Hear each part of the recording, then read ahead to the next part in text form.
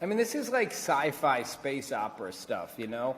I mean, you read book like Salvation or whatever, you know.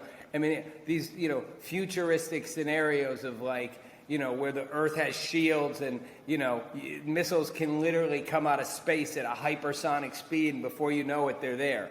I mean, I know it's not there yet, but to me, what's scary about it and interesting is we've been so obsessed for decades about Russia. In the average person's mind, Russia's the enemy. And you're saying Russia may be ahead of us on this too. But to realize that both China and Russia are ahead of us in this technology, it's like, I mean, Sputnik was a space race with military implications. This is like a military space race. I mean, it's not, they're the only military implications.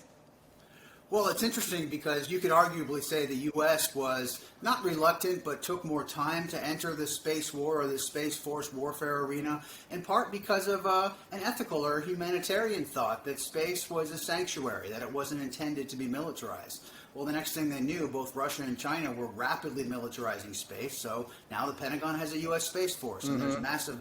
China is known to have had those anti-satellite weapons almost 10 years ago, where they fire off interceptor shots. It's more like 2007 or 8.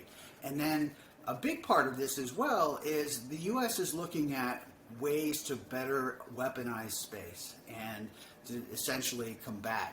One general, actually an Air Force general at the Air Force Association convention, said, well, China knows they can't really compete with us in terms of air-to-air match, so they look at a place like space where they seek to have an advantage, leverage that advantage with sensors and weapons.